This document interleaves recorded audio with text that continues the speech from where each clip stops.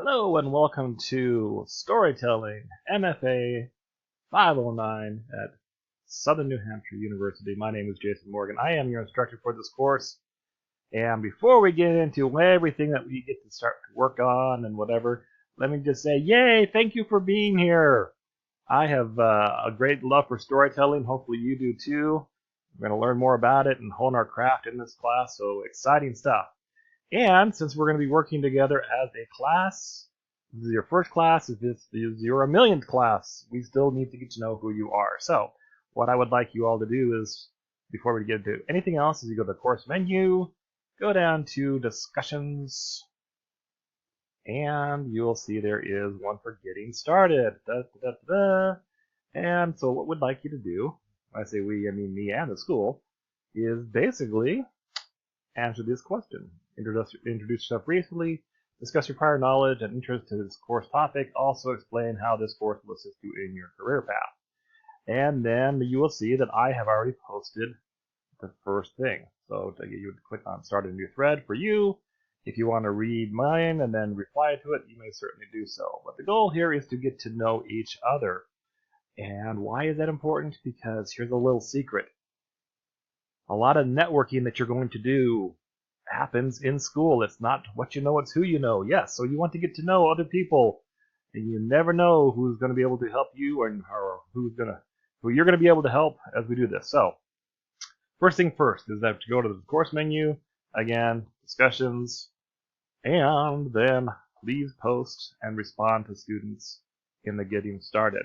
Also, there is a place for general questions. This is a great place to go if you have questions overall, like, hey, I'm not sure about this assignment, or I can't find this link, or whatever. This is great because everyone can see this, and I will be checking in on both of these and responding to help you as needed. So that's just to get started so we can get to know you, kind of break the ice and stuff like that. All good stuff.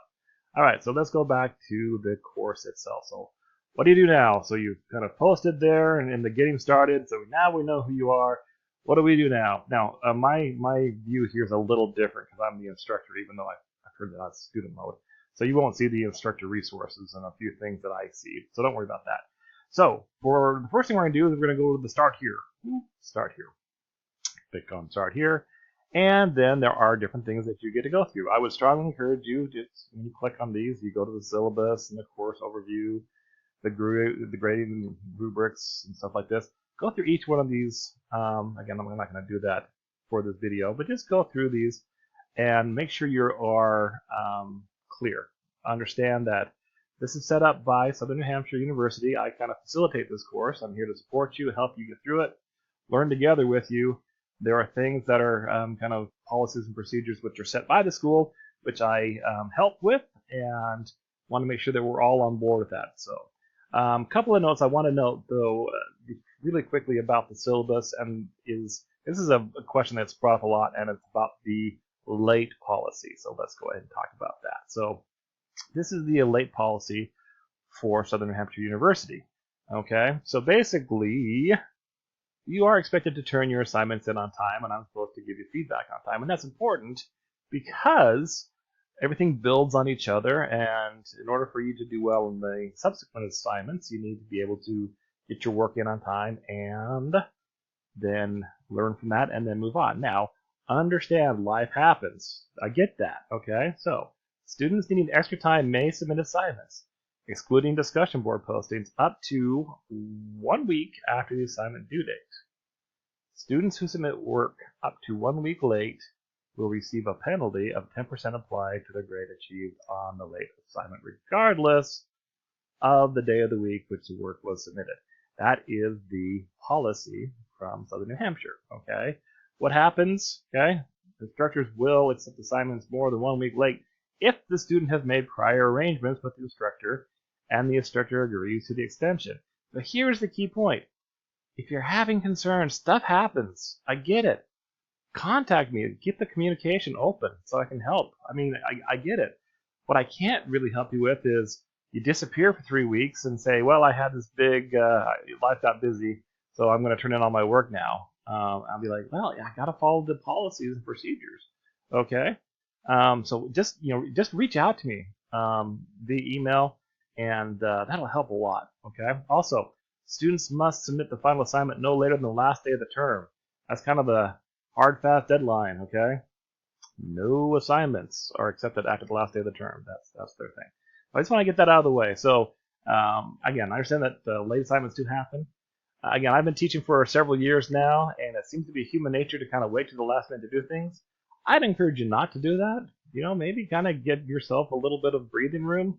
Some people like that hard fast deadline to drive them, but if you're constantly waiting to the last minute to do stuff is going to come up, and you're going to turn to late work. So just encourage you not to do late work. Okay. All right.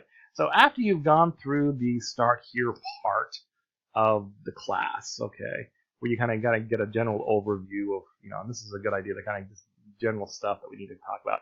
Then we get into, okay, well, what do I got to do? Okay, well, we got to go over to Module 1. Okay, so we click on either, we can either click on here Module 1, or if we go back to the main, part of the page here, we can scroll down here to Module 1. Again, you won't have instructor resources, that's just for me. So a few things to note about Module 1. Basically, again, I had to take a class from Southern New Hampshire to learn how to teach. So I just went through step by step. What do I need to do? Now, again, you won't see this because that's just for me, okay? But for this week, we are going to understand basically the concept of story premise. And so as you go through these different activities, it'll help you understand the difference between premise and plot. We're going to be talking about plot in the next few modules, so don't get overly worried about that. But right now we're talking about premise, because the idea eventually, and you kind of need to look at the end goal of this class. At the end of this class, your final project is really to develop a premise for a story, and then be able to outline the plot points of the story. So we're not writing a whole big thing. As I understand it, that the final project for your degree is a full-blown, full-length, completed piece of work. So you can start developing that right here in this class. And we'll work on that. We'll talk about that more moving forward.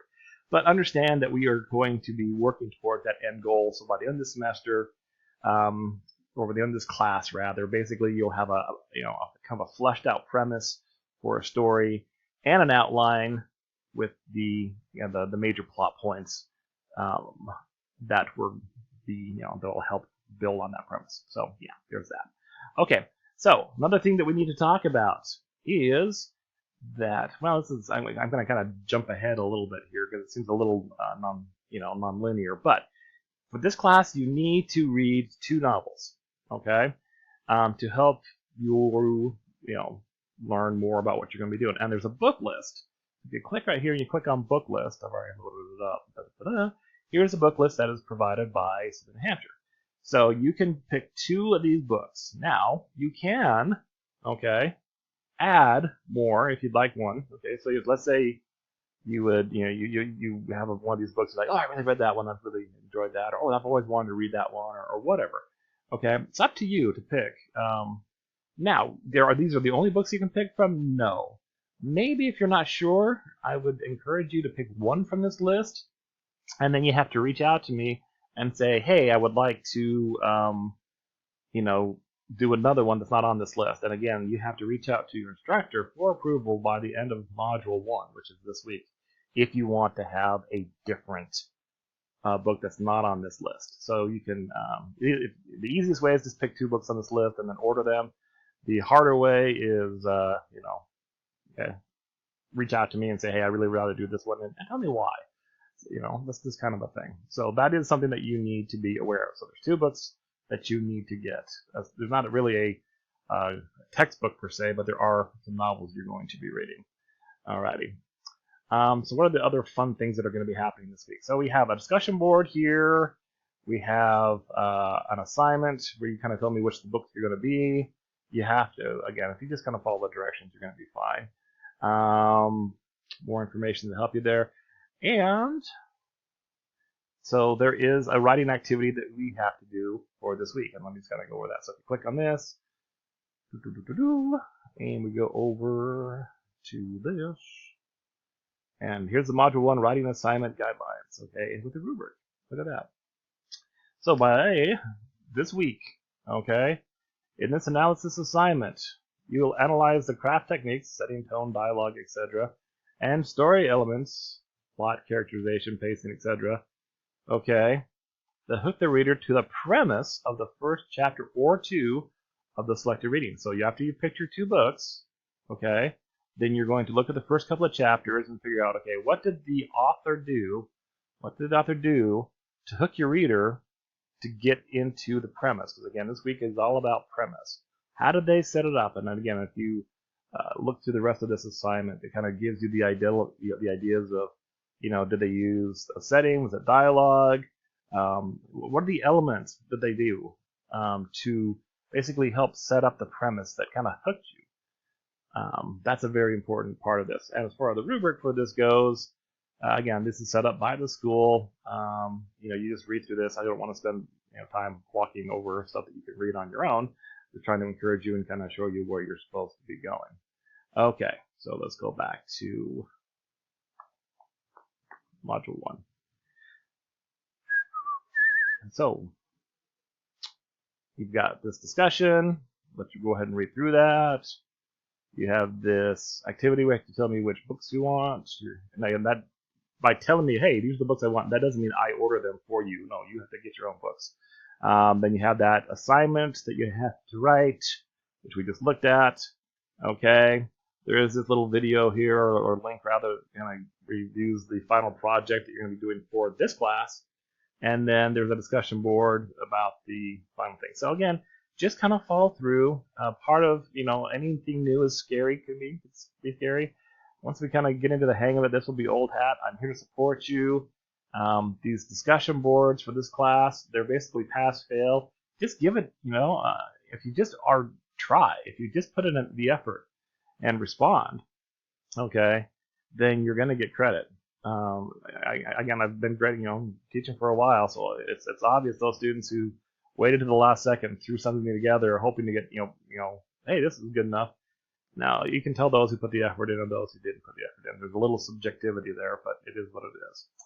Alrighty, so that's the kind of the how we do things for this week.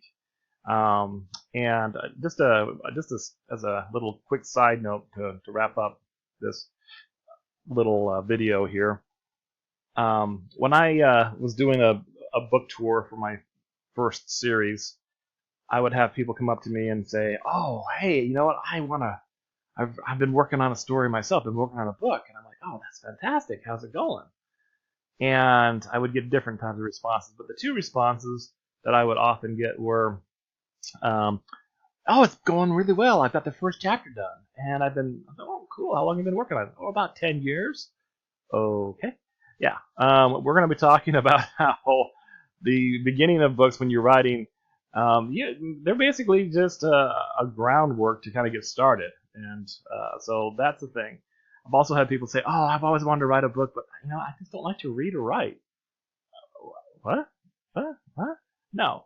One reason why we have you read books in a creative writing class is because we want to see how other people have done it. Now, not necessarily we have to copy their style, but it's a good idea to look at all sorts of different styles to see how you can emulate and learn from different styles to help you with your own writing. So I'm really excited for this class. There's a lot of fun stuff going on.